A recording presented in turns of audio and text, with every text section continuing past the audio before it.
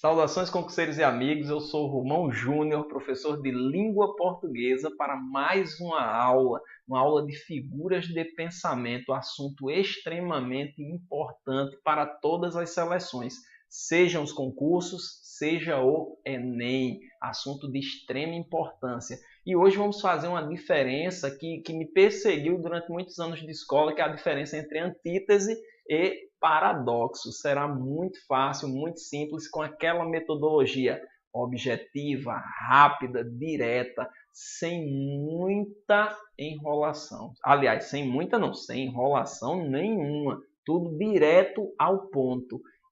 Essa é a grande sacada para você estudar. Você vai levar 3 vezes menos tempo do que você levaria em uma outra aula, que você levaria presencialmente. Você vai ganhar tempo. E tempo, na nossa dinâmica atual, é tudo. Então, vamos começar. Figuras de pensamento. Qual é a primeira delas? A antítese. Nós já vamos fazer a diferença entre antítese e paradoxo. O que é antítese? Antítese são palavras de sentidos opostos, mas que cabem dentro da realidade. Já o paradoxo são palavras de sentidos opostos que não cabem dentro da realidade. Qual seria a oposição? Vejam bem. Depois de um longo dia, veio uma noite tranquila. Gente, depois do dia, o que irá acontecer naturalmente? Vir a noite. Então, nós temos dia e noite, que são palavras de sentidos opostos, mas que cabem dentro da realidade perfeitamente. Agora, vejam só no trecho da música do Skank. É como mergulhar num rio e não se molhar. Eu posso mergulhar no rio e não me molhar? Não posso. Então, são sentidos opostos que não cabem dentro da realidade. E daí, se não cabe dentro da realidade, será chamado de paradoxo. Então, antítese, palavras de sentidos opostos que cabem dentro do plano real. Paradoxo, ideias de sentidos opostos que não cabem dentro do plano real. Feita essa oposição, vamos para o exemplo no slide. A areia alva está agora preta, de pés que a pisam. Alva e preta são as palavras de sentidos opostos. Será que isso cabe dentro do plano da realidade? O que é alvo pode se tornar preto? Pode sim, então já afirma que é uma antítese, palavras de sentidos opostos que cabem dentro da realidade, principalmente porque há uma causa para isso ter se tornado preto, foi de tantos pés pisarem. Então, a areia alva está agora preta, de pés que a pisam. Então, é uma relação de lógica, de causa e efeito. Era branca, agora se tornou preta, por quê? Por causa dos pés que a pisaram. Então, palavras de sentidos opostos que são possíveis dentro da realidade será chamada de antítese. Vamos seguir. Paradoxo. Amor é fogo que arde sem se ver. É ferida que dói e não se sente. É um contentamento descontente. É dor que desatina sem doer. Nós temos 2 versos aí que a gente pode explicar perfeitamente bem a história do paradoxo, ideias de sentidos opostos que não cabem dentro da realidade. O segundo verso é ferida que dói e não se sente. Pode uma coisa doer em você e você não sentir? Não pode. Então, são palavras de sentidos opostos que só cabem dentro do plano figurativo, dentro do plano figurado. E o último verso é dor que desatina sem doer. Pode uma coisa desatinar de tanta dor e não doer? Não pode. Então, isso é o paradoxo. Antítese, palavras de sentidos opostos que são possíveis dentro da realidade. Paradoxo, ideias de sentidos opostos que não são possíveis dentro da realidade, só dentro do plano figurado. Vamos seguir. Muito bom isso, fantástico. Eufemismo, galera, vem comigo. O que é o eufemismo? Eufemismo é a suavização de uma ideia. Eu sempre gosto de associar para não esquecer. Então, nós já vamos fazer uma associação bacana. Eufemismo é a suavização de uma ideia. Fulano partiu para o Campo Santo. O que foi que aconteceu com fulano? Morreu. E a hipérbole, vamos fazer a seguinte associação. Vamos aprender em conjunto, como a gente fez com antítese e paradoxo. Vamos já aprender eufemismo e hipérbole.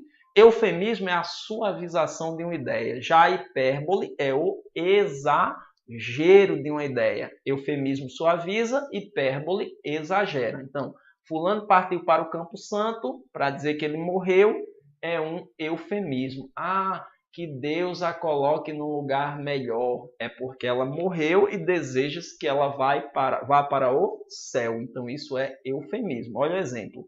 O hábil político tomou emprestado dinheiro público e esqueceu de devolver. O que foi que o cara fez? Ele furtou. Mas para não dizer que o político furtou, o que foi que o autor disse? O hábil político tomou emprestado o dinheiro público e esqueceu de devolver, ou seja, peculato, furto. Então, como houve uma suavização da ideia, essa suavização da ideia será chamada de eufemismo, que é praticamente o oposto de hipérbole, que na hipérbole você exagera, você não suaviza nada. Olha lá. Ironia, que a ironia é quando você diz uma coisa para dizer outra. Vem comigo, galera. Romão, como é que pode ironia dizer uma coisa para escrever uma coisa para dizer outra? É você dizer uma coisa pensando em outra. E o que é que vai fazer com que o leitor perceba que é uma ironia? Você vai deixar alguma pista ou, se for pessoalmente, você vai dar uma determinada inflexão na voz que fará com que o leitor perceba que isso é uma ironia. Por exemplo, fulana, estudiosa demais, só tira 0.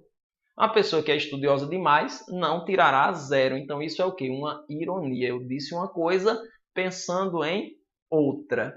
Olha o exemplo. Olha só como o quarto está arrumado. Nada ficou no lugar. Tudo de pernas para o ar. Se o quarto estava arrumado, não deveria estar de pernas para o ar. Então, eu disse uma coisa pensando em outra. Como é o nome disso? Ironia. Eu acredito que é a figura de linguagem mais utilizada no nosso dia a dia é a ironia. Quando você diz uma coisa pensando em outra. O brasileiro utiliza muito isso e utiliza isso para atender a comicidade, para atender o humor, para tornar as situações engraçadas. São duas coisas que o brasileiro utiliza muito, a ironia e o duplo sentido na linguagem. E ironia e duplo sentido, eles são complementares. O duplo sentido, às vezes, ele atende à ironia. Muito interessante isso. Vamos seguir. Hipérbole, como eu já falei, o que é hipérbole é o exagero. O eufemismo, a suavização, a hipérbole, o exagero. Daí nós já temos o quê? Nós temos um conjunto. Eufemismo, suavização da ideia. Hipérbole, exagero e ironia, dizer uma coisa pensando em outra. Muitas vezes para atender ao critério do humor.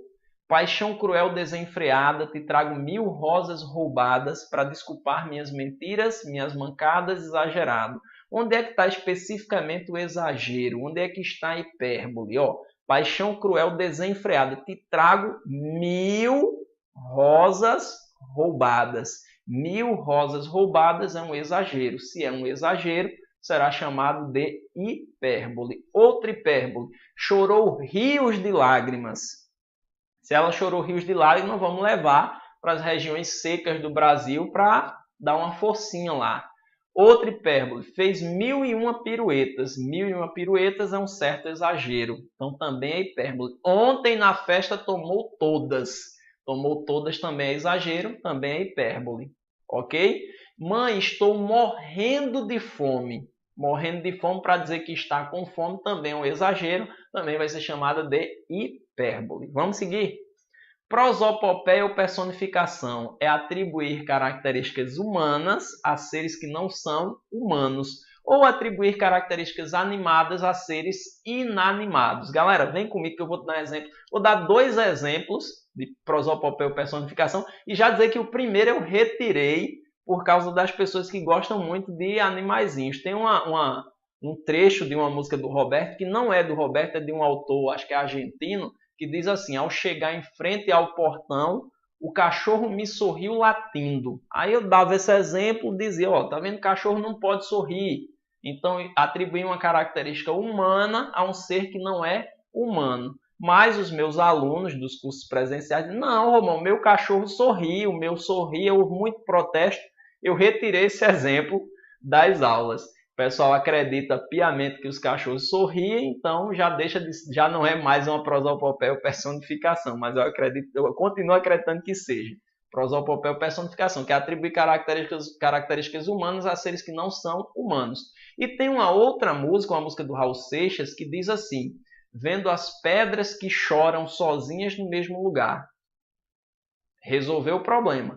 Pedras não podem chorar. Se pedras não podem chorar, então eu estou atribuindo uma característica humana a um ser que não é humano. Estou atribuindo uma característica animada a um ser inanimado. Como é o nome disso? Prosopopeia ou personificação. Show de bola, fantástico. Vamos para o exemplo do slide? Na noite alta, como sobre um muro, as estrelinhas cantam como grilos. Vê bem. Primeiro tem uma comparação aí. Na noite alta, como sobre um muro, as estrelinhas cantam como grilos. Olha a comparação, olha a símile, cantam como grilos, comparando as estrelas com grilos. Segunda figura de linguagem, a que nos interessa imediatamente. Estrelinhas podem cantar? Não podem. Então, estou atribuindo características animadas a um ser que é inanimado, que são as estrelas. As estrelas não podem cantar, muito menos como grilos. Então, aí nós temos prosopopeia ou personificação. Tanto faz. A última figura de linguagem da nossa aula de hoje é a gradação. Gradação ela pode tanto ir em grau ascendente, nesse caso também será chamada de clímax, ou ela pode vir em grau descendente, nesse caso será chamada de degradação. Mas isso são questões pontuais de um autor ou outro. Para nós que estamos estudando para concurso, nós não vamos nos preocupar com isso. Só lembrar que gradação pode ser em grau ascendente ou em grau descendente e resolver a história. Então, vamos para o exemplo. Tudo cura o tempo, tudo faz esquecer, tudo digere, tudo acaba. Você vê que tem uma gradação de ideias. Primeiro o tempo vai fazer o quê? Curar. Depois o tempo vai fazer o quê? Esquecer. Depois o tempo vai digerir, ou seja, processar. E depois vai acabar definitivamente. Então, foi um processo gradativo. Foi acontecendo uma coisa ligada à outra. Quando você pegar um período que tem um processo gradativo, independente de ser em grau ascendente ou em grau descendente, você terá uma gradação. Pessoal, super feliz de estar com vocês em mais uma aula mediado pelo conhecimento.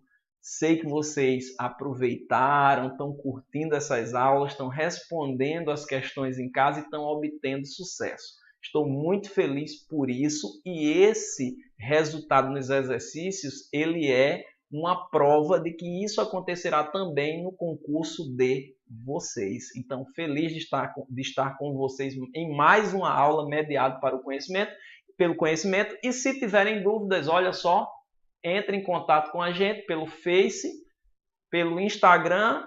Temos nosso canal no YouTube que sempre tem novidades, fiquem ligados lá. E se nada resolver seu problema, manda um e-mail para mim que daí eu resolvo, beleza? Forte abraço!